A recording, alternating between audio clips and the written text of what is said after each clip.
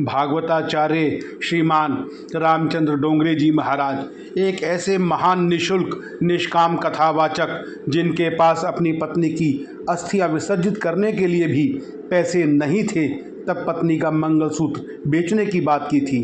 श्री रामचंद्र डोंगरे जी महाराज भागवत कथा कहते कहते त्याग तपस्या कथा हो गए।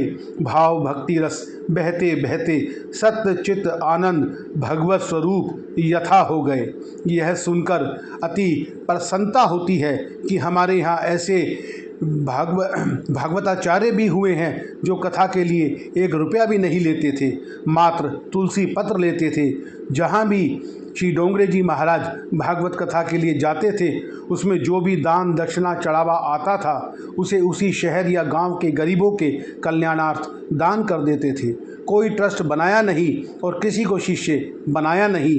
अपना भोजन स्वयं बनाकर ठाकुर जी को भोग लगाकर प्रसाद ग्रहण करते थे। डोंगरे जी महाराज कलयुग के दानवीर कर्ण थे।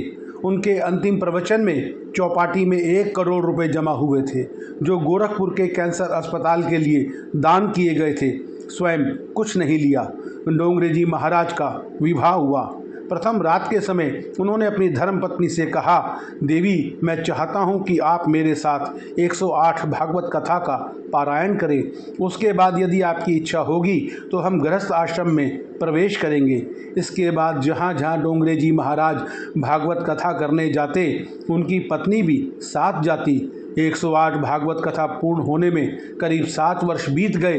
तब डोंगरे जी महाराज पत्नी से बोले, अब अगर आपकी आज्ञा हो तो हम गृहस्थ आश्रम में प्रवेश कर संतान उत्पन्न करें। इस पर उनकी पत्नी ने कहा, आपके श्रीमुख से 108 भागवत कथा श्रवण करने के पश्चात मैंने गोपाल को ही अपना पुत्र मान लिया है, इसलिए अब हमें संतान उत्पन्न करने की कोई आवश्यकता नहीं है।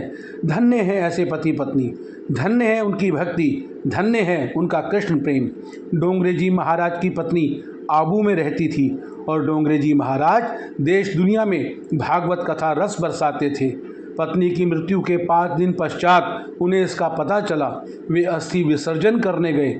उनके साथ मुंबई के बहुत बड़े सेठ थे, रति भाई पटेल जी। उन्होंने बाद में बताया कि डोंगरे जी महाराज ने उनसे कहा था कि रति भाई मेरे पास तो कुछ नहीं है और अस्थि विसर्जन में कुछ तो लगेगा, क्या करें। फिर महाराज आगे बोले थे, ऐसा करो, पत्नी का मंगलसूत्र और कर्णफूल पड़ा होगा, उसे बेचकर जो मिलेगा उसे अस्थि विसर्जन क्रिया में लगा देते हैं।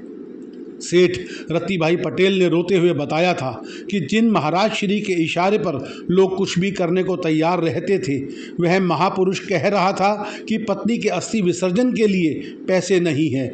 हम उसी समय मर क्यों ना गए। फूट फूट कर रोने के अलावा मेरे मुंह से एक शब्द नहीं निकल रहा था। सनातन धर्म ही सर्वोपरि है। ऐसे संत और महात्मा आपको केवल सनातन संस्कृति में ही मिलते हैं। हमारे देश में बहुत सी बातें हैं जो हम सभी तक पहुंच नहीं पाई। मैं कोशिश करता रहता हूं कि देश की संस्कृति को हम सभी जाने। जय श्री राधे कृष्ण। ऐसे महान विरक्त महात्मा संत के चरणों में कोटि कोटि नमन, कोटि कोटि नमन, कोटि कोटि नमन।